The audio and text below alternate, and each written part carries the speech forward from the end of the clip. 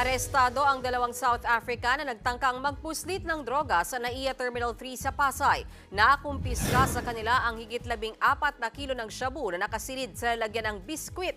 Nagkakahalaga ng higit 97 million pesos. Nabisto ang dalawa nang idaan sa X-ray at canine inspection ang kanilang bagahe. Ayon sa PDEA, kinumbinsi raw sila ng kanilang kaibigang Nigerian na lumipad sa Pilipinas at makipagkita sa isa pang Nigerian. Samantala, timbog ang isa pang drug suspect sa buy-bust operation ng PDEA sa Mandaue City, Cebu. Nasabat sa kanya ang 2.5 kilos ng shabu na may halagang 17 million pesos. Nahaharap siya sa reklamong paglabag sa Comprehensive Dangerous Drugs Act.